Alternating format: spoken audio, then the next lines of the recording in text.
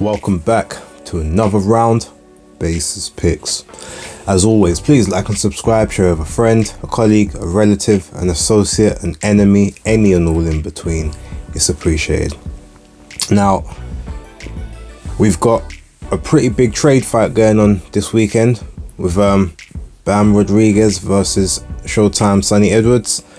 There's a couple other cards. The Showtime PBC last ever broadcasted card is also on this weekend with David Morrell Jr. taking on Egbeko. I can't remember his first name off the top of my head, but I get that by the time we get into the that segment. Rather than go through every fight, I'm only going to do the main events because those are the only ones that I particularly care about, if I'm going to be real. But also, before we go there is a Jake Paul card on tonight.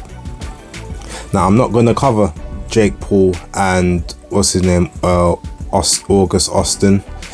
I think that's his name, August Austin. But more so, I want to just cover Shadasia Green versus Franchon Cruz-Dezurn. So we're going to get into that in a moment. We're going to do those 3 fights, then we're going to wrap it up. And then any other others, if there's any other fights you want to know my thoughts on, leave a comment and I'll give you the thoughts in the comment section. But for right now, let's get into the picks. So Shadasia Green takes on Franchon Cruz-Dezurn for the vacant WBC Super Middleweight Championship of the World. Now, this is a belt that Savannah Marshall held, but due to injury, she didn't vacate the belt, but she was made champion emeritus. So what that basically means, for anyone who doesn't know, whoever wins this fight, when Savannah Marshall gets back healthy and clear to fight again, she can challenge immediately for the title against whoever is holding it at that time. No no mandatories, don't have to go through any qualifiers. She gets a straight shot at the title. All she has to do is contact them and say, yep, I want this shot and this is when it's going to be, and they have to comply. So let's look at the 2 opponents real quick. So Shadasia Green, who's been sort of fighting in the shadows for many years leading up to maybe 2022, where she finally started to get a bit of shine and profile, teaming up with Jake Paul and sort of Nikisa with regards to MVP promotions. Now, Shadasia is very much what we would classify as a boxer puncher.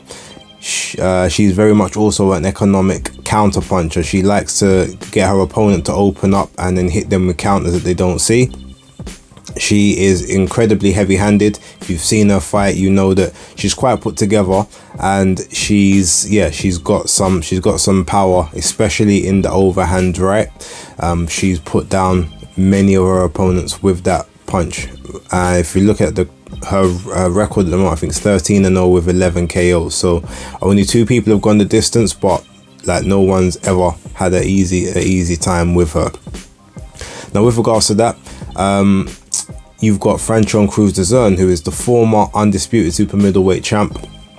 She is more of a swarming, she's like an ambush fighter. She's a bit like, if you would think Derek Chisora, the way sort of he will sort of keep the pressure, but he'll basically come in swarm fashions, get off the work that he wants to get off, and then sort of get back out and then rush back in. So she's a bit more, you could call her, say, more of a pressure fighting style. Someone's gonna be on the chest and stay in range and try to basically just overwhelm and wear her opponents out. Now, while she doesn't have very many KOs on the record, I think she's only got 2 or 3. She's the kind of girl that does bust up her opponents, like, fight after fight, and they frequently visually look like they've been in a scrap when they end up in a fight with her. Now, the one thing about her is she actually does have boxing skill, but because a lot of the time she ends up being the shorter girl in her divisions, or being maybe the stockier, she tries to play on that style and basically almost negates the boxing skills just to have a test of wills with her opponent, and that can sometimes have her looking ungainly, especially when she is trying to close that pocket and get into range. Sometimes you can see her almost look like she's falling over her own feet. It also means that sometimes when she's getting touched coming in, it looks like she's being rocked in with the shots, like really sort of having a significant impact, when in actual fact it's just because she's off balance, because she's basically lunging in and throwing herself into the shots. Now, in the Savannah Marshall fight, she was able to sort of nullify a lot of Savannah's long range work, and for Savannah to work more on the inside and more to mid range.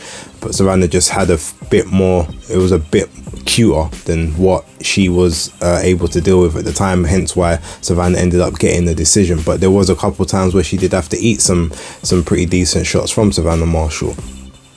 This fight, I think, would be a little bit different, because I've seen when Shadasia Green faced Aline Cederroos, it looked very much like she was uncomfortable in a couple of times when Cederroos was coming forward towards her, but she was, you know, backing up into corners, trying to get Cederroos to open up, to expend a little bit of energy. Then she was sort of countering and then moving away. She's very much likes to kind of move on the back foot and walk opponents into punches.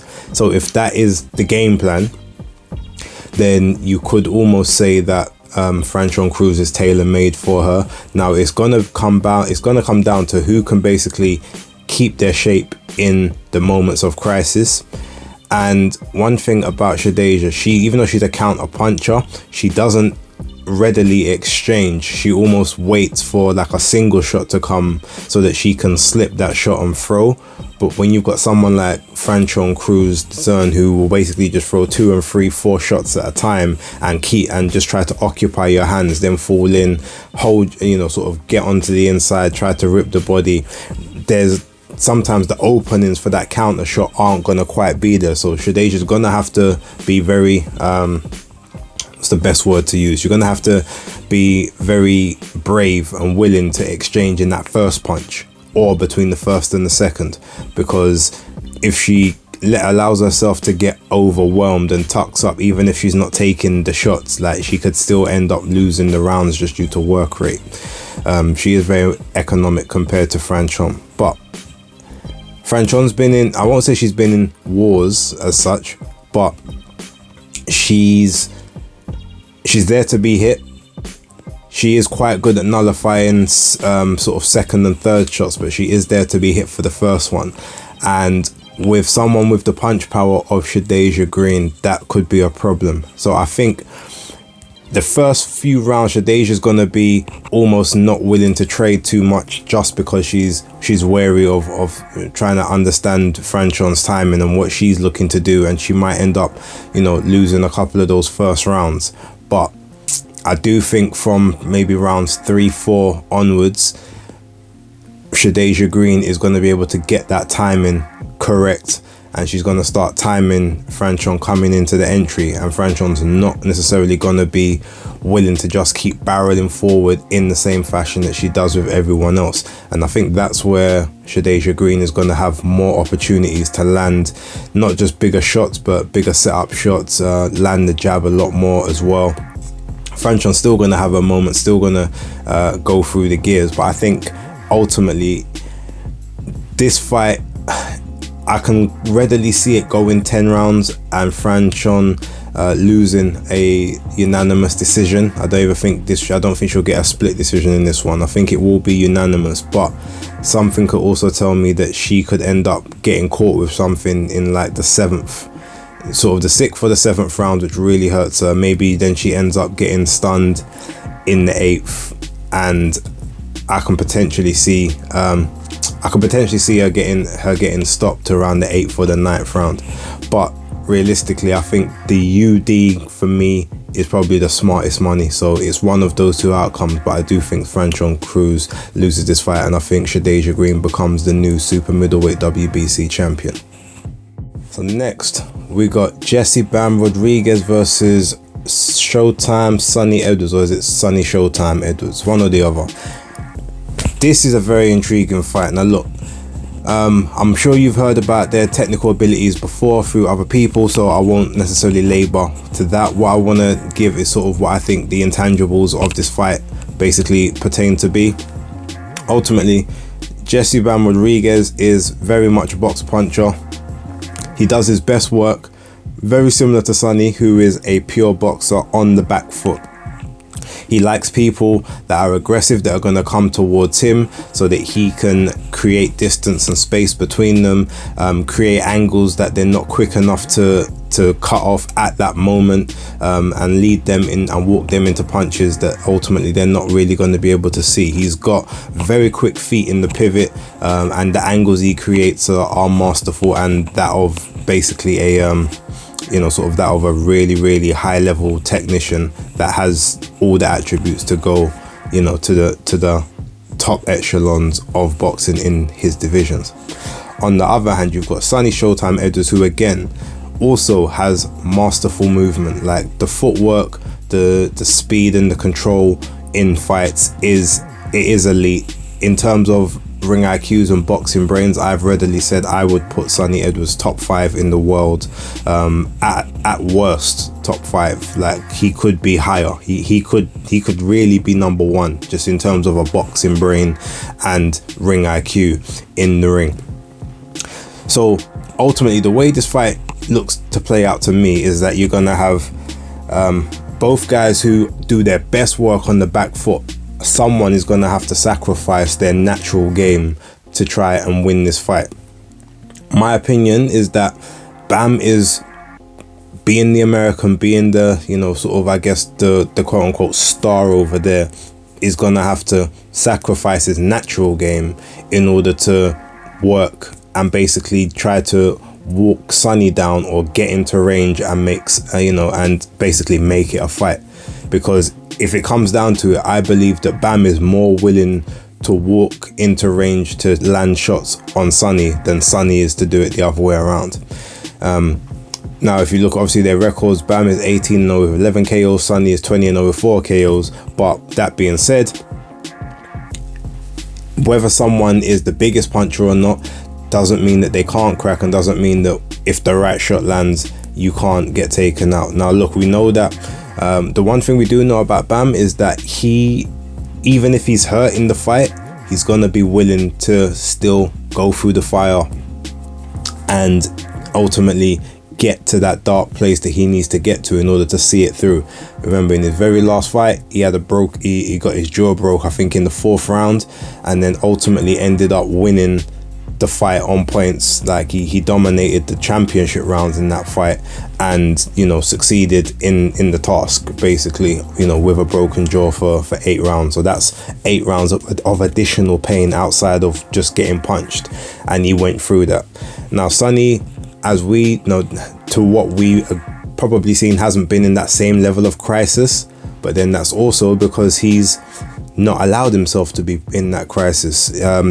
The reason he's got 4 KOs is because he doesn't usually look to really sit down on his shots and take the chance that the other person is able to counter him. I think he got countered like that in the Marcel Braithwaite fight when he got dropped a bit earlier in his career, and he's been hurt in that kind of instance before. And I think to him, if he's got the speed and the IQ and the ring power just to box your head off from the outside, there's no reason to get stuck in the trenches and potentially take damage he doesn't need to take, or to allow someone to get off one of their power shots.